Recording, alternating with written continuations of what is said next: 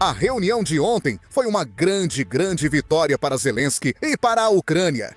E para eu explicar o que quero dizer com isso, vamos olhar para trás e ver o que Putin queria dessa reunião. Veja, isso foi uma armadilha clássica da KGB, que tenho certeza Putin aprendeu como fracassado oficial da KGB na Alemanha Oriental. E a armadilha era basicamente Putin dizendo: olha, eu quero paz, e a única coisa que quero em troca da paz é Donbás. Se a Ucrânia ceder o Donbás à Rússia, encerraremos a guerra em todas as frentes. Putin sabia que Zelensky jamais aceitaria isso. O povo ucraniano jamais aceitaria isso, mas esse era o objetivo dele. Assim que Zelensky dissesse, não cedo nada que você não tomou pela paz, ele culparia Zelensky, diria aos Estados Unidos da América que é ele o obstáculo à paz e sugeriria que parassem de enviar armas e inteligência à Ucrânia. Era isso que Putin queria. Bem, Zelensky virou o jogo contra Putin com sua reunião com Trump ontem. Zelensky disse basicamente que podemos discutir concessões territoriais diretamente com Putin. Vamos deixar a questão dos territórios entre mim e Putin. As garantias de segurança serão trabalhadas com nossos parceiros e haverá cada vez mais detalhes. Isso será formalizado por escrito em até 10 dias, como falei.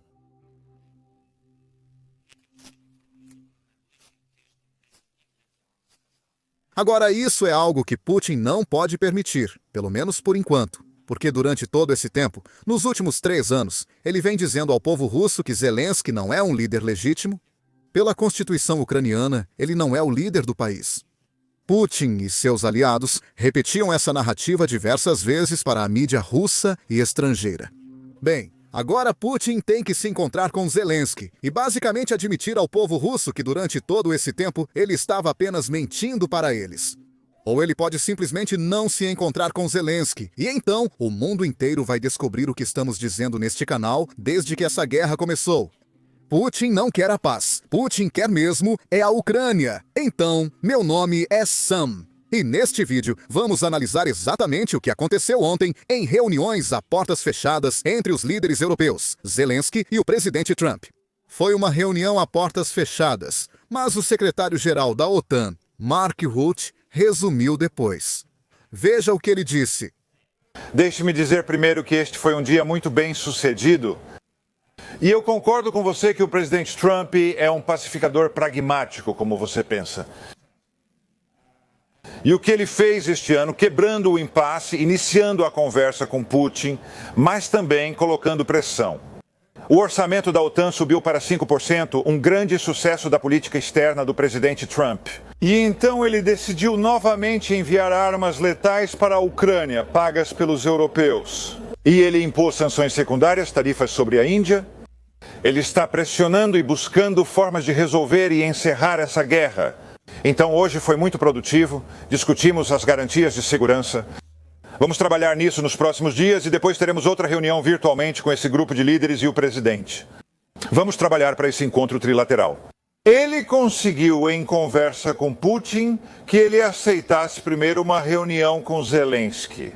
Então agora eles vão discutir onde essa reunião vai acontecer antes do encontro trilateral. Então, no geral, um dia muito bem sucedido. Também tivemos uma declaração no Twitter do chanceler alemão, e ele tem sido uma das poucas vozes em toda a reunião que estava pressionando por um cessar-fogo. Agora, se vocês se lembram, foi na verdade o presidente Trump e sua administração que primeiro tiveram essa ideia de cessar fogo lá em fevereiro, se não me engano. Após se reunir com Putin, Trump parece ter abandonado o cessar-fogo e busca um acordo de paz. Aqui está a declaração do chanceler alemão, que pressiona o presidente Trump a pedir um cessar-fogo e convencer a Rússia a aceitá-lo. Dias decisivos para a Ucrânia e Europa, mas europeus mostram unidade. Isso ficou claro hoje. Nós consultamos em uma conversa muito aberta com o presidente Trump e, essencialmente, transmitimos essas mensagens. Uma negociação real só pode acontecer em uma cúpula na qual a própria Ucrânia também participe. Uma cúpula desse tipo só é concebível se as armas se calarem. Eu renovei essa exigência novamente hoje. Uma cúpula desse tipo precisa ser cuidadosamente preparada. Se o presidente russo terá coragem de participar de uma cúpula assim, nós não sabemos. Por isso, são necessários esforços de persuasão. A Ucrânia não deve ser forçada a ceder território. E nós recebemos muito positivamente o anúncio do presidente Trump de fornecer garantias de segurança à Ucrânia e coordená-las com os europeus. Se vocês acompanham nossos vídeos, sabem que já expliquei várias vezes por que a Rússia pode não querer um cessar-fogo. E o motivo é simples. A Ucrânia pode fortalecer suas defesas com mais equipamentos, construções e soldados. Isso enfraquece a posição de negociação da Rússia, pois com defesas mais fortes, a Ucrânia tende a rejeitar acordos que beneficiem a Rússia. Isso significa que, após o cessar-fogo, a Rússia terá mais dificuldade para continuar a guerra. Bem, existe um cenário em que a Rússia pode realmente concordar com um cessar-fogo. Esse cenário é, claro, o dinheiro russo. Para vencer uma guerra, você precisa de 3 coisas: dinheiro, dinheiro e dinheiro. Drones ucranianos estão causando grande impacto. Hoje mesmo, ouvimos da mídia russa que várias refinarias russas tiveram que sair do ar. Eles pararam de refinar petróleo após ataques ucranianos. É a primeira vez que admitem isso. E a economia da Rússia é puramente dependente das exportações de petróleo e hidrocarbonetos que eles têm para a Europa, Índia e China. Se as refinarias não puderem operar devido ao avanço dos drones ucranianos sobre as defesas russas, a Rússia pode considerar um cessar-fogo durante as negociações. Ou talvez a Rússia tente novamente propor um cessar-fogo apenas na infraestrutura energética, como fez antes, e não em outros setores. Claro, a Ucrânia não concordaria com algo assim porque isso prejudica mais a Ucrânia do que a Rússia.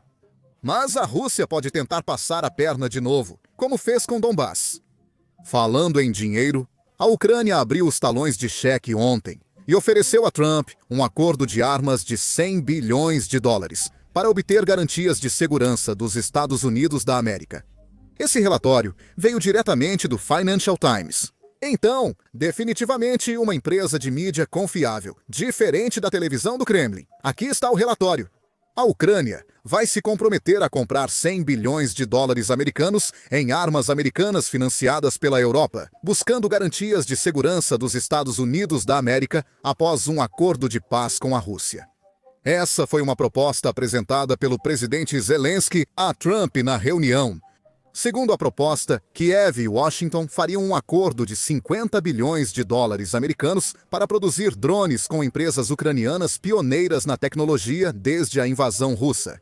Na verdade, a Ucrânia ficou tão boa na produção de drones e está produzindo cerca de quase 4 milhões de drones, ou está no ritmo para produzir 4 milhões de drones este ano, que até mesmo empresas chinesas, que de certa forma estão ajudando a Rússia, também estão tentando aprender com a Ucrânia como podem produzir drones em massa e fabricar diferentes tipos de drones, porque a Ucrânia não tem apenas drones visão em primeira pessoa, de primeira pessoa.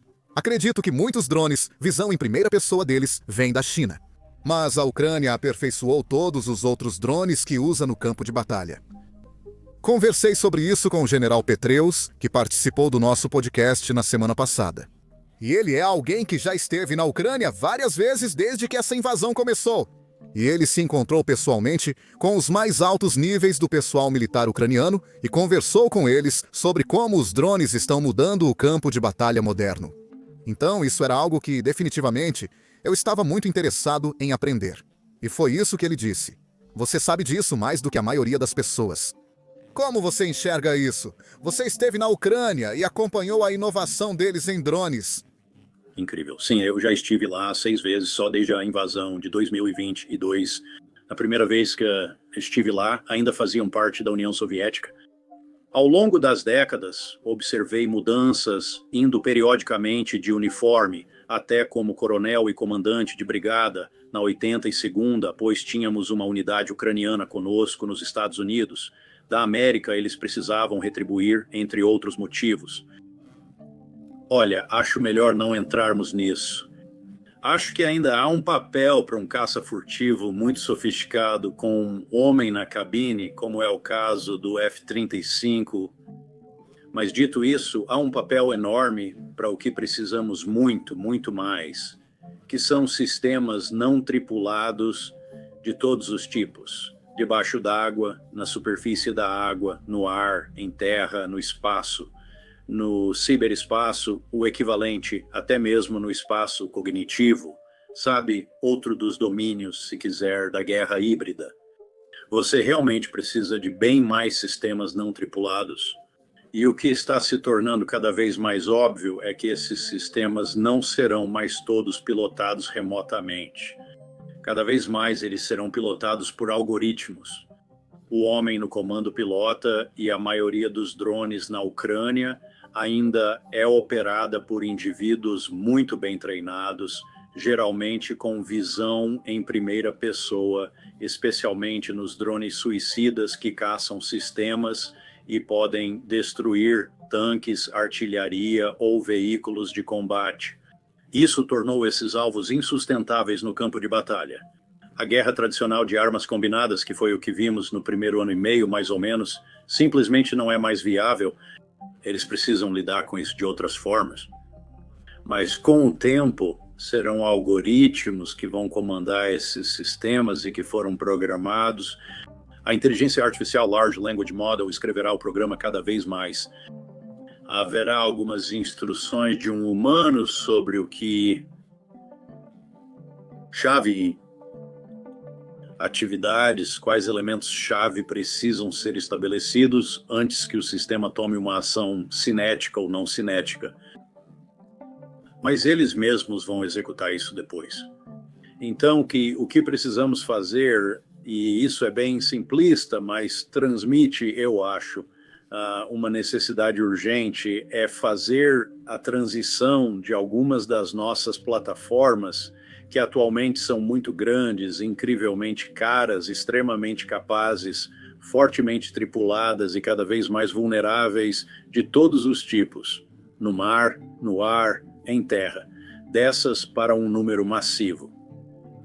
Lembre-se, em certos dias os ucranianos usam quase 7.000 drones por dia. Agora nem todos explodem, muitos retornam e alguns só saem para vigilância. Outros são drones suicidas ou sistemas terrestres não tripulados que vão e voltam das linhas de frente. Eles fazem isso cada vez mais. É perigoso demais para motoristas humanos, por isso são controlados remotamente. Existem sistemas de armas controlados remotamente. O número de pessoas desses é realmente extraordinário. Perguntei ao general Syrskyi, comandante ucraniano, quando estive lá há 2 ou 3 meses, quantos drones de diferentes tipos vocês usaram ontem? Lembre-se, há drones marítimos. A Ucrânia afundou 1/3 da frota russa do Mar Negro sem marinha própria, usando esses drones, localizados por drones aéreos, que então se aproximam e afundam os alvos. Então ele disse, quase 7.000. Novamente, esse é um número difícil de realmente compreender, mas é isso que está acontecendo. E este ano, para possibilitar esse tipo de número diariamente, os ucranianos vão fabricar 3,5 milhões de drones de todos os tipos. Sistemas não tripulados define melhor isso. Nós temos que fazer muito, muito mais para fazer a transição para esse conceito. E precisamos começar com um conceito diferente, pelo menos para a guerra de altíssimo nível. Porque, novamente, não me entenda mal, você ainda precisa de todas as outras capacidades para diferentes tipos de guerra, mas para uma grande guerra convencional, como vemos nos campos de batalha na Ucrânia e também nos céus todas as noites, tanto na Rússia quanto na Ucrânia, a partir da Rússia. Para esse tipo de guerra, realmente precisamos transformar nossas forças novamente de grandes plataformas para sistemas não tripulados de todos os tipos. Novamente, subaquático, superfície, ar, terra, espaço e assim por diante. É uma ótima notícia que os Estados Unidos da América estejam aprendendo com as experiências dos ucranianos.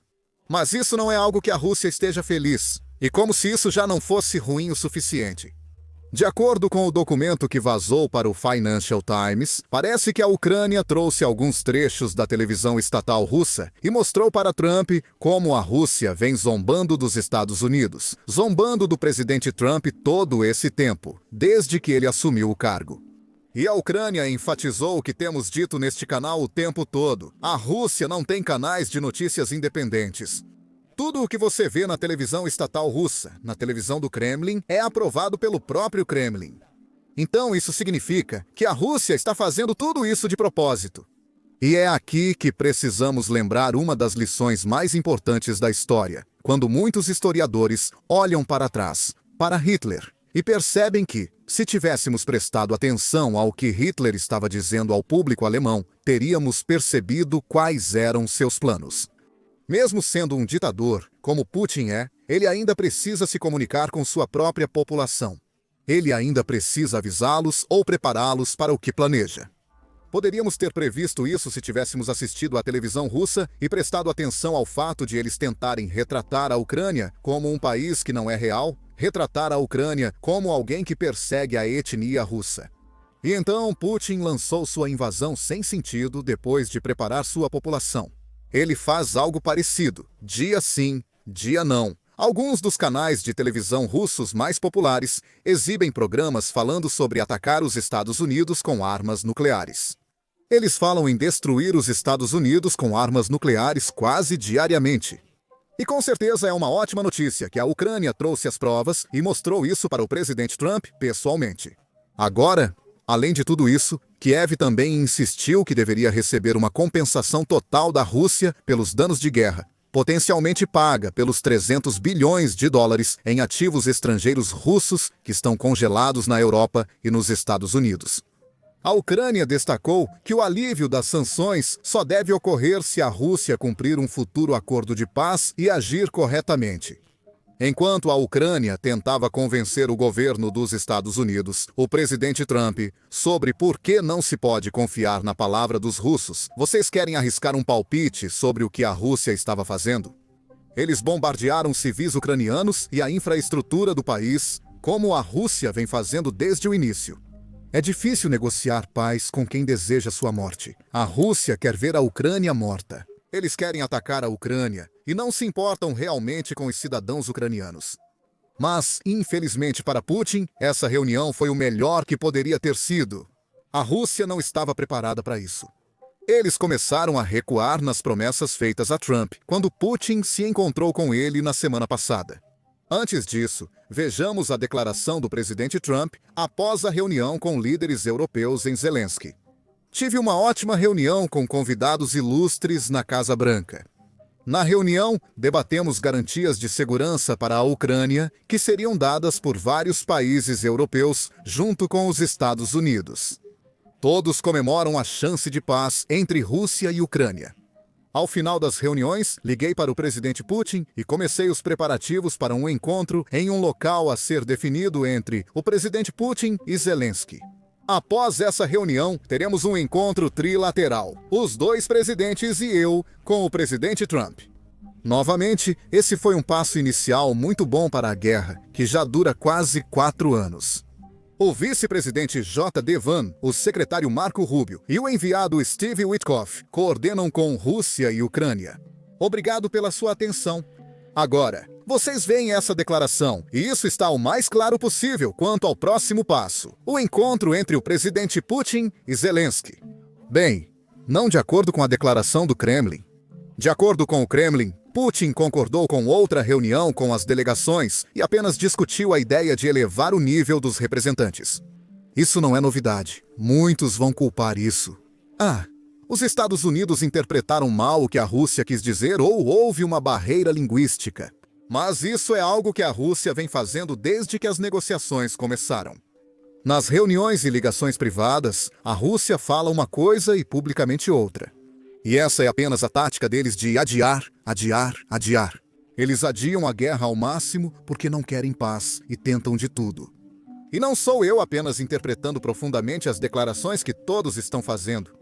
Eles estão repetindo o que ocorreu na reunião entre o presidente Trump e Putin durante a visita ao Alasca.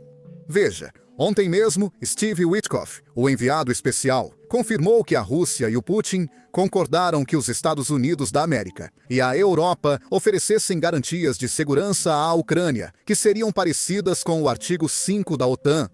Isso foi confirmado publicamente em uma entrevista em vídeo pelo enviado especial. Aqui você pode ouvir por si mesmo.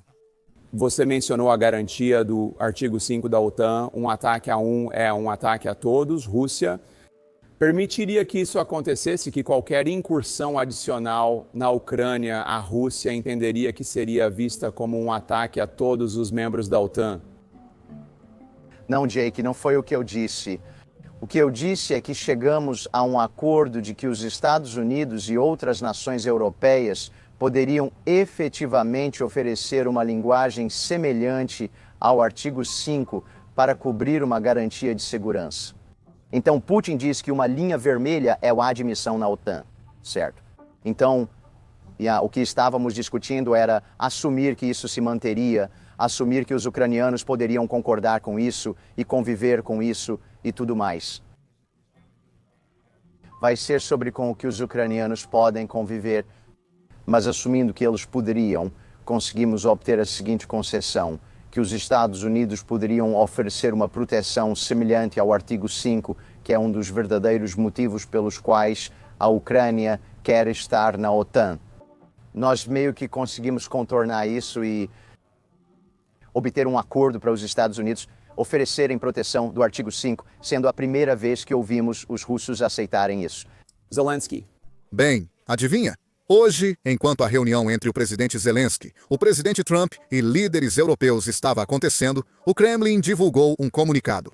O Ministério das Relações Exteriores da Rússia, representado por Sergei Lavrov, divulgou um comunicado afirmando que nunca concordaram com isso.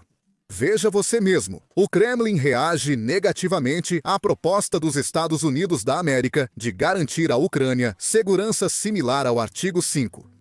O Ministério das Relações Exteriores da Rússia rejeita totalmente o envio de tropas da OTAN à Ucrânia.